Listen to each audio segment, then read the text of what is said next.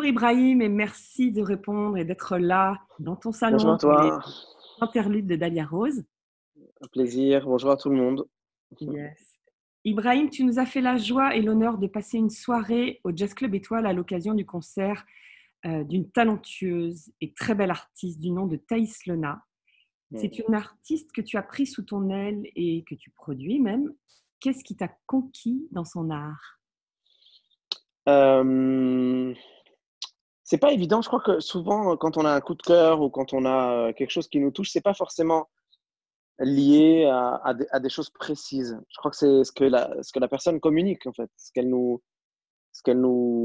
produit comme émotion chez nous. Et Thaïs, j'ai été touché par, je sais pas, il y a une forme de spontanéité, une forme à la fois de nonchalance, mais avec beaucoup de respect. C'est quelqu'un qui est c'est une fille très bien élevée, très polie, mais en même temps qui a cette nonchalance des jeunes, voilà, des 20 trentenaires de sa génération et qui a, qui a pas peur des codes, enfin, qui a pas peur de transgresser les codes artistiques ou musicaux pour essayer d'aller dans une direction qui lui plaît et en même temps qui fait un compromis parce que c'est assez facile d'écoute. Enfin, tu vois, il y a ce compromis que j'aime bien dans ce qu'elle fait, une sorte de justesse. Elle est une sorte d'équilibriste entre à la fois une musique recherchée, à la fois dans les mélanges de jazz, de soul, hip-hop, R&B, etc. Et en même temps, elle essaye de faire un truc qui ne ressemble qu'à elle, quoi. Elle veut pas copier. Et, je sais pas, j'ai été touché par son style, par ce qu'elle fait, par son histoire aussi. Je l'ai rencontrée à l'époque quand j'avais découvert ce qu'elle faisait sur les réseaux. Je l'ai invitée dans mon label et on a parlé avec une des directrices artistiques du label. Et on a trouvé tous les deux qu'il y avait un truc dans son histoire, dans sa personnalité, qui nous touchait vraiment, au-delà du fait qu'elle chantait super bien, qu'elle avait vraiment une voix magnifique, des super belles idées musicales. Il y a vraiment quelqu'un derrière. Il y a quelqu'un qui nous touche derrière la musique et derrière la voix. Et alors, du coup, si tu devais la décrire en 3 mots, si tu peux choisir 3 mots. 3 mots. Euh, voix, charme et génération. Good, Voilà. good choice. Tu sais, un peu comme le Blue Note à New York ou le Ronnie Scott à Londres, le Jazz Club Étoile a une histoire. Il existe depuis très longtemps. Il y a de nombreux artistes qui sont passés sur cette scène. D'après toi, que représentent ces clubs de musique live dans la vie d'un musicien? D'un musicien, ça dépend quel musicien, mais pour quelqu'un comme moi, c'est une forme de labo, tu vois, comme une sorte de laboratoire où on peut se permettre de tester des trucs, d'aller très loin, d'être nous-mêmes à 300% et d'oser faire parfois des choses sur scène, de se chercher, de se tromper, de créer. Ce qui fait que les personnes qui assistent à ces concerts-là, d'un côté, ils voient quelque chose de complètement inédit qu'ils ne verront jamais sur une très grosse scène, parce que sur une très grosse scène, tu vas essayer de faire bien, tu vas faire juste bien ce qu'il faut pour que tout le monde soit bien content, etc. Et que le concert se passe bien, parce que tu as toujours peur. Évidemment, quand tu as 4000, 5000 personnes face à toi, tu flippes un peu, tu te dis, bon, moi, j'espère qu'il n'y aura pas de problème technique, j'espère que les mecs, ils vont vraiment jouer ce que je leur ai dit de jouer, j'espère que moi, je ne vais pas me planter en jouant, tu vois. Mais quand tu es face à, je sais pas, on va dire entre 20, 30 et 100, 150 personnes, tu te dis, allez, c'est le moment où j'ose des trucs, il faut que je me lâche, il faut que je sais des trucs. Ce qui fait que les gens qui assistent, pour reprendre ma phrase, aux concerts qui sont dans les clubs, en général, ou bien ils vivent un moment humain extraordinaire, ou bien ils assistent à des moments historiques musicaux dont seuls eux et quelques personnes, peut-être même seulement dizaines de personnes ou quelques personnes auront la chance d'assister. Et je trouve que en ce moment, à notre époque, ça va prendre encore plus son sens si les gens valorisent ce que ça représente.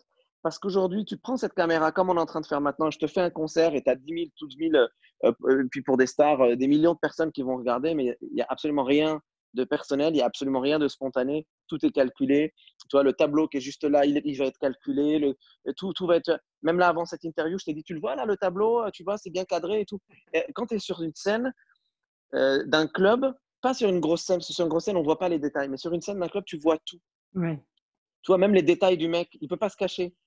tu vois ses jambes, tu vois ses mollets, tu vois ses pieds, tu vois ses chaussures, tu le vois transpirer, tu vois quand il se trompe, tu vois les expressions de son visage quand ah merde, j'ai raté ça, c'est pas ça que je voulais. Ou alors quand il est énervé parce que son batteur il est pas dans le tempo qu'il veut, ah il le regarde. Ça c'est des trucs que tu verras jamais ailleurs. Voilà. Là, c'est très, très bien dit et c'est exactement ça. On est proche des artistes et c'est drôle parce que tu as utilisé exactement les mêmes mots que Thomas Dutronc, à qui on a fait aussi ce principe d'interview. Il a parlé de laboratoire, il a parlé Sérieux? C'est ouf. mais les mêmes mots, je te dis, tu verras Dingue, au montage. C'est le dingue. laboratoire, l'expérience, là où on peut se tromper, là où on a proximité des gens, effectivement, où on peut les voir, des grands artistes qu'on peut voir de près. Et on peut voilà, aller boire un coup avec eux après. Et c'est vraiment, ça crée une proximité qui est vraiment. Complètement. Moi, j'ai des souvenirs incroyables. Tu sais, je me souviens, il y a, attends, c'était quoi, il y a 15 ans, 16, de plus même, peut-être une vingtaine d'années, où j'étais à New York et on me dit, il y a Dave Douglas. Et moi, tu vois, j'étais trompettiste à l'époque classique. Je rêvais d'aller vers le jazz. Je commençais un peu à enregistrer des albums, des trucs. J'étais encore tout nouveau et tout. Dave Douglas, pour moi, le mec, quand il vient ici à Paris ou quoi, c'est à 3000 personnes qui viennent le voir. C'est un des trompettistes de la scène jazz new-yorkaise les plus en vue, avec son label Greenleaf, etc. C'est un mec hyper actif qui fait des trucs de dingue et tout. Et on me dit, il joue, je crois que c'était, ah, je sais plus dans quel, je me demande si c'est pas le Village Vanguard ou en tout cas un truc comme ça, à New York. Donc, je me dis, putain, c'est ouf. Il était 22h, il était 10h du soir. Je regarde sur l'équivalent de l'officiel du spectacle, là, le time out. Je vois qu'il a 3-7. 3-7. Ah Je me oui. dis, bon, c'est ouf, je vais aller assister au dernier. Le dernier, il devait être genre à 11h30, un truc comme ça du soir. Donc, je prends le métro, je me retrouve au club. Il n'y a personne. On devait être peut-être 10 dans tout le club. C'était fou. Enfin, les 2 premiers sets qu'il avait fait, c'était complet. Et là, le soir, il y avait juste personne. On était juste, je te dis, une dizaine dans le club. Et le mec, il s'est lâché. C'était ouf le concert qu'il a fait. Et après, il est venu boire un whisky au bar. Et c'est là qu'on a papoté. Et c'était dingue. Parce que d'ailleurs, après ça, on est devenus potes. Et on s'est revus après. Il est venu même à des concerts que j'ai fait à Paris en tant qu'invité, etc. Donc en fait, il se crée des choses qui n'existent nulle part ailleurs. Ibrahim, tu es un artiste aux multiples cultures et c'est d'une richesse infinie pour moi. Dans ce que tu as composé, quel est le morceau qui te définit le mieux? Wow. Oh là là, c'est dur. C'est dur. J'ai toujours cette sensation que plus on grandit, plus on évolue, plus on s'exprime, plus on se transforme aussi. Tu vois? Et quand je pense à mon premier album, il ressemble à qui j'étais à l'époque. Mmh. C'est-à-dire quelqu'un d'assez désespéré, nostalgique, plongé encore dans les méandres de ce qui a construit une bonne partie de mon enfance, c'est-à-dire la guerre au Liban. Et puis après, tu vois, quand je vois le deuxième album que j'ai fait, qui s'appelle Diachronisme, qui était une sorte de compromis où j'essayais de me battre pour que justement ces deux cultures ne se tapent pas sur la gueule, mais qu'il y ait quelque chose de logique dedans. Donc je me suis dit, est-ce que je fais 2 albums? J'ai fait 2 albums dans le même album. Il y en a un qui s'appelle Disoriental, l'autre qui s'appelle Paradoxidental. Tu vois, je me prenais la tête comme un ouf. D'ailleurs, c'est un album que très peu de gens connaissent, mais qui est ouf parce que, un peu comme dans un club, j'ai essayé des trucs que j'aurais jamais osé faire ailleurs. Et les gens qui connaissent cet album, d'ailleurs, ils me disent tous, mais cet album, il est ouf en fait. Et je ne connaissais pas. Puis après, tu vois, troisième album, Diagnostic, où je fais le bilan. Vraiment, c'est le mot diagnostic, c'est vraiment pour dire, voilà, là, je fais le bilan. Et c'est celui où j'étais le plus serein. Et après, Mmh. j'ai l'impression d'avoir grandi. Tu vois, et tous mes albums comme ça, j'ai l'impression d'avoir évolué à travers le temps. J'ai envie, alors j'ai plusieurs réponses à te dire. La première, c'est que je pense que c'est ce que je fais aujourd'hui qui me ressemble le plus. Tu vois, là, je suis en train de préparer un disque sur lequel je bosse depuis assez longtemps, même très longtemps, qui est une sorte de duo hyper intime juste avec mon guitariste François Delporte, avec qui je joue depuis plus de 10 ans, et avec plein d'invités dingues qui vont nous rejoindre. Mais c'est un truc de fou cet album. Je n'aurais jamais imaginé faire un album comme celui-là. Et j'ai l'impression que c'est ça qui me ressemble le plus aujourd'hui. Et en même temps, tu vois, quand je repense à des morceaux que je jouais quand j'avais 20 ans ou même avant, tu vois, comme le morceau Beyrouth qui me suit encore jusqu'aujourd'hui, que je joue toujours aujourd'hui en concert, il a toujours été fidèle à qui j'étais et j'ai toujours été cet homme-là aussi. Donc, euh, en fait, je crois que je ne saurais pas répondre. C'est trop compliqué. Je crois je crois que c'est l'ensemble, c'est le cumul de tout ce que je fais depuis des années, que ce soit les musiques de films. Quand je produis quelqu'un comme Thaïs, ça fait partie de ce que je suis aussi. Quand je fais des improvisations géantes sur des grosses scènes à Paris, où tu as 10 000 personnes qui sont en train d'improviser avec moi ça me ressemble encore plus que tout ce que j'ai pu créer dans mes albums, tu vois. Et j'ai l'impression que c'est le mélange de tout ça, enfin, voilà, j'aurais du mal à choisir, tu vois, un élément. Ça veut dire que tu es entier dans tout ce que tu fais. Ouais, puis je vis tous ces moments, que ce soit mes albums, quand je les sors, j'ai l'impression que c'est le dernier album de ma vie ou le premier album de ma vie. Quand je fais des concerts, j'ai toujours l'impression qu'il y a toujours au moins une personne dans la salle pour qui c'est le premier concert de sa vie. Et il y a forcément une personne pour qui ce sera le dernier. Et je pense ça à chaque seconde de mon concert en me disant, il faut que je donne tout, tu vois. Et c'est vrai qu'il y a cette passion énorme pour l'expression musicale parce que je sais que la parole a toujours échoué. Et je me dis, il y a un moment où c'est la musique qui va régler nos problèmes, tu vois. Et il y a même un truc, que tu parlais de diversité culturelle et tu trouvais ça bien. On est tous les produits d'une diversité culturelle. Je vais même te dire un truc, ça va peut-être choquer des gens qui nous écoutent, mais moi, je pense que même des gens qui sont persuadés, parce qu'il y en a beaucoup et de plus en plus, des gens qui sont persuadés d'être les représentants d'une culture unique, indéformable, inaliénable, avec cette conviction qu'il faut se battre pour ne pas qu'elle se transforme, etc. Il y a un truc qu'ils ignorent complètement s'ils plongent dans leur propre culture, c'est qu'ils sont eux-mêmes les mélanges, le fruit d'un mélange énorme, que ce soit un mélange culturel géographique, comme un mélange culturel social, comme un mélange de plein de choses. Ils le savent même pas qu'ils le sont. Et ils le sont, en fait. Et donc, on est tous issus de cette multiculturalité-là. Et j'ai l'impression que la musique, parce qu'elle fait fi des mots et du vocabulaire, permet de mieux comprendre ce mélange esthétique et culturel. Et, et voilà, tu vois, et je me dis que euh, au-delà d'être parce que c'est un peu cliché de dire ça, mais au-delà d'être juste un langage universel, je crois que c'est le langage qu'on parle tous intérieurement, que parlent même les animaux.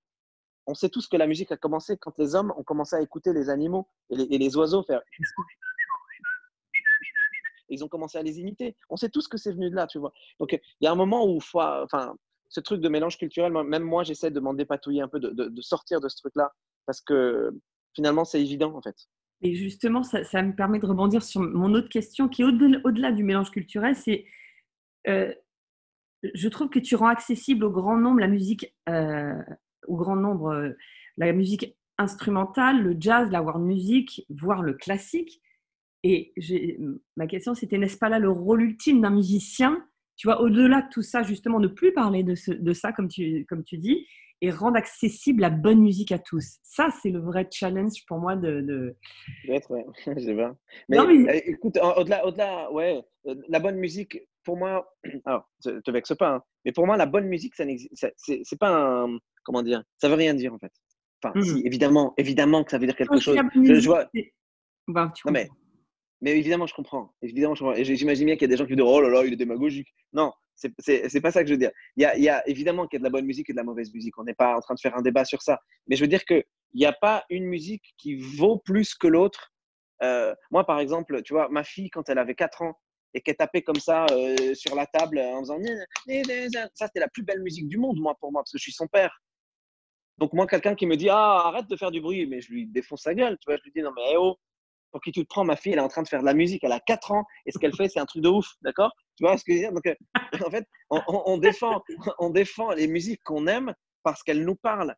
C'est pour ça que c'est absurde, par exemple, moi, je sais pas moi, des artistes dont je suis pas complètement fan musicalement, je sais pas, je sais pas, Jul, par exemple, ou PNL, ou ces trucs-là. Je suis pas fan de ça.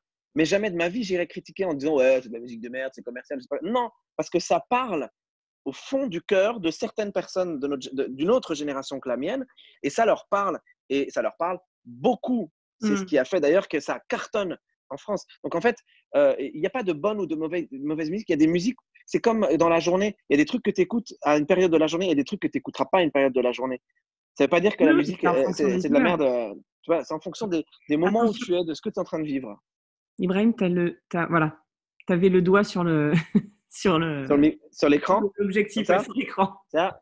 Là, mais tu m'entends quand même, on est d'accord, hein, tu m'entends? C'est ça, je t'entends, mais je ne Excuse-moi, je suis un peu maladroit, tu vois. Tac. Non, c'est pas grave. Je sais pas comment tenir mon ton, c'est vrai Ibrahim, que c'est tu relou. sais quoi? Ouais. Mm. On a je refais. Imagine. Oh, putain. Mais promets-moi que tu gardes ça. Ouais, mais tu les gardes, ces trucs-là. Tu les enlèves pas. Hein. Si tu les enlèves, je demande à YouTube ou je sais pas qui de supprimer la vidéo. Je sais ma faire. Voilà. Et ben, on la garde, celle-là. Moi, je la veux. OK. C'est ça d'improviser. C'est tellement ça. Bon, le scat, il est un peu. C'est pas grave. Bon, Ibrahim, j'y vais. Oui. On a une machine à remonter le temps. Donc, Mm, abracadabra, tu te retrouves en face de ta chanteuse préférée. mm, Qui mm. est-elle et que lui dis-tu? Oh, oh mon Dieu, mais il y en a trop. Ah, c'est chaud quand même. Hein. T'en choisis une. Ben, d'accord, je vais te répondre, mais vraiment, on va dire que c'est pas par hasard, mais parce que ça me vient à la tête, mais j'aurais pu faire sans autre réponse, d'accord? Mais je pense que j'aurais aimé. Il y a plusieurs. Ah putain, je vais avoir du mal à répondre. Allez, d'abord, Kulthum, j'aurais envie juste de lui dire merci, tu vois. Etta James, j'ai envie de lui dire merci, j'ai envie de lui dire, mais tu es trop belle, tu vois. Dalida, j'ai envie de lui dire, t'inquiète pas, on est là. J'ai envie de la prendre dans mes bras et de la sauver, tu vois. Tu vois. Et plein, je pourrais te répondre pendant des heures, là, des heures de ça. Mais déjà, Des c'est heures. très joli. Mais, Bon, allez, on termine, si tu veux, par les questions tchic-tchac. Ibrahim, tic-tac. quel est le. Ouais, c'est les tchic-tchac. C'est les Ok. questions. Ibrahim, quel est le premier disque que tu as acheté? Kind of Blue, que j'ai acheté. Hein. J'en avais d'autres avant, j'en ai même volé un, mais que j'ai Ça, on acheté. coupera. Hein. Ça, on coupera. Non, coupage, je l'assume, je l'assume. Je me suis fait défoncer par ma mère, je l'assume. Ça, je vais garder. Ah, Et, c'est la seule fois de ma vie où j'ai volé un truc, tu vois, donc ça va, je peux le dire. une citation ou un titre de film qui illustrerait l'avenir. Qui illustrerait l'avenir. Alors, on aurait tous tendance à aller chercher un vieux film, tu sais, un grand classique et tout. J'aurais plutôt envie, moi, de choisir un film actuel, un des films qui me bouleverse, euh, Interstellar. Interstellar, qui est, Très beau film. je sais pas quoi dire. Ce film m'a remué toutes mes tripes et m'a complètement changé ma vision du rapport avec ma fille, avec les nouvelles générations, avec l'avenir, avec le futur, avec ce que la Mm. technologie, avec tout ce qu'il y a, tout ce qu'on ignore, tout ce qu'on ignore de ce qui existe au-delà de nous. Ce film, c'est un chef-d'œuvre de dingue, donc j'aurais envie de dire ça. En une phrase, Ibrahim, quelle est ta devise? J'en ai plusieurs. J'en ai plusieurs.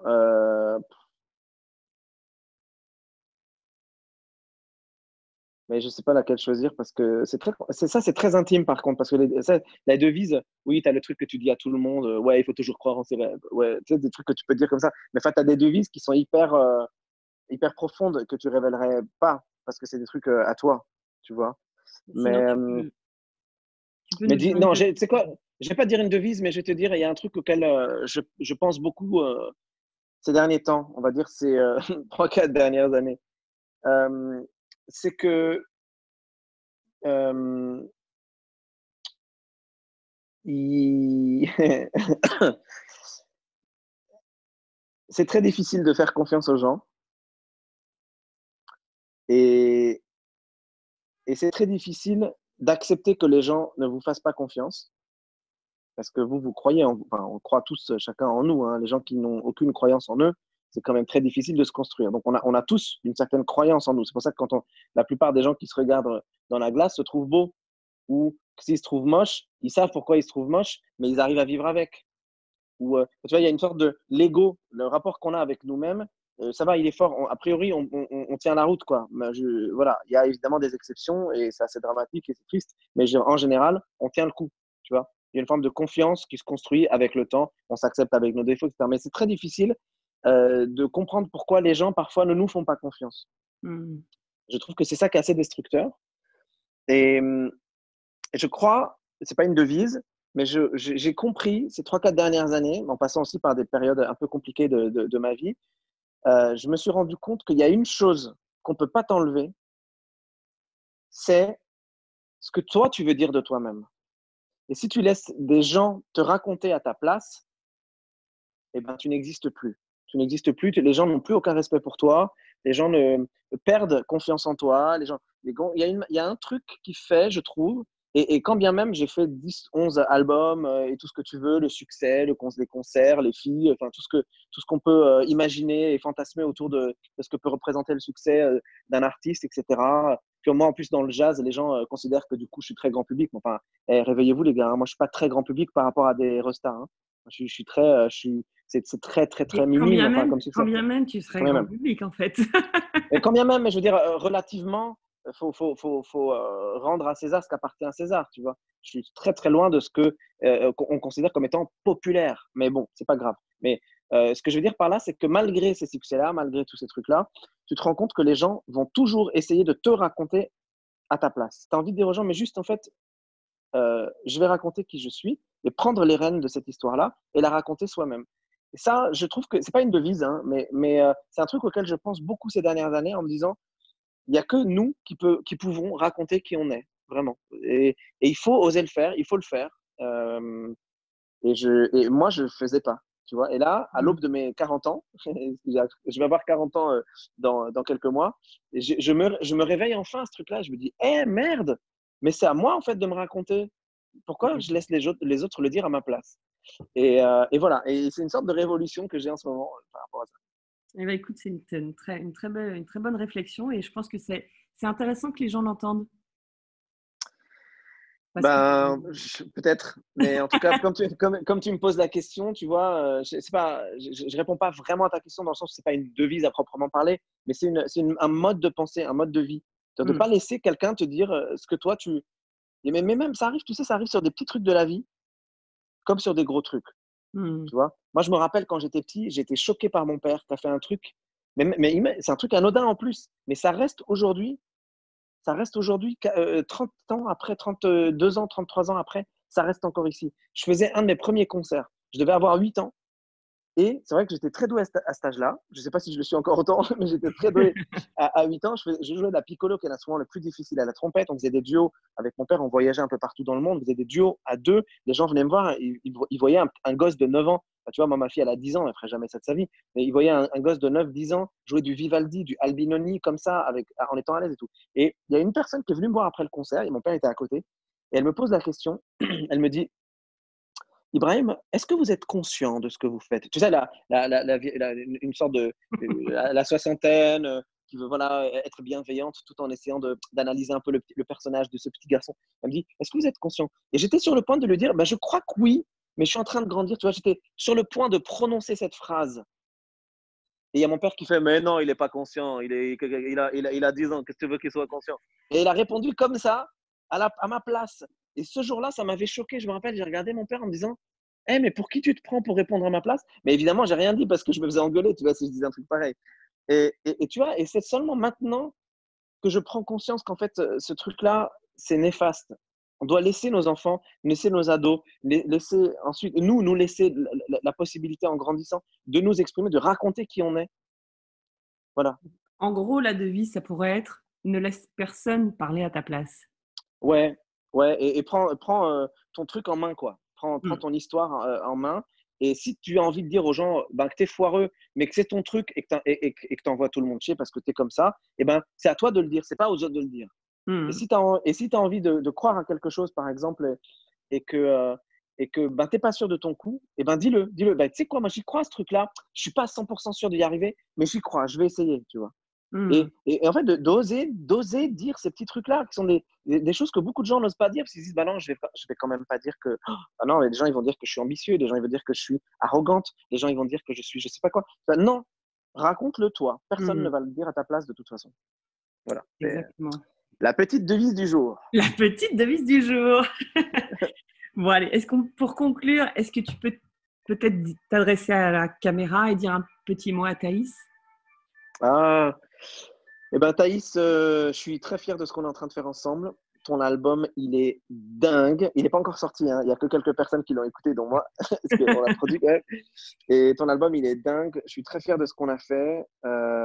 Thaïs, au tout début, quand on parlait, toi et moi, il y a un truc que je t'ai dit, c'est que ça fonctionne ou que ça ne fonctionne pas, que le public soit au rendez-vous ou pas au rendez-vous, il faut que cet album, tu sois fier de lui et que tu le portes haut comme étant ce que tu es. Et je crois qu'on a réussi ce truc-là. Et donc, voilà, je te souhaite plein de bonnes choses. Je croise les doigts parce que je croise les doigts pour toi et je te souhaite plein, plein, plein, plein de succès, de bonheur. Et on va bosser comme des oufs pour que les gens sachent qui tu es. Merci beaucoup, Ibrahim, de m'avoir Je t'en reçu chez prie. toi. Merci à toi, Daniela Rose. Daniela Rose. Alors, bonne fête de la musique à tous ceux qui aiment le Jazz Club du Méridien, à tous ceux qui viennent régulièrement ou tous ceux qui vont venir, qui ne sont pas encore venus, tous ceux qui ignorent que ce Jazz Club existe. Je vous souhaite une bonne fête de la musique pour que vous ayez envie d'aller voir des concerts dans ce club qui est très très beau, qui a beaucoup de charme, qui est très bien situé et qui reçoit des artistes de grand talent. Donc, bonne fête à tous et bonne fête au Jazz Club. Voilà, bonne fête à tous, bonne fête de la musique. Merci, Ibrahim. Yes. Enfin, je la trouve top, cette interview, et j'ai pas envie de la couper presque, tant pis. Je crois que je vais pas la couper. C'est toi qui es top, c'est toi qui es top. Tu Non, fais ça vraiment. magnifiquement bien. Tu mets à l'aise, tout est très bien. C'est très cool. Oh, c'est gentil, merci beaucoup. Voilà. Ça me fait plaisir. Donc,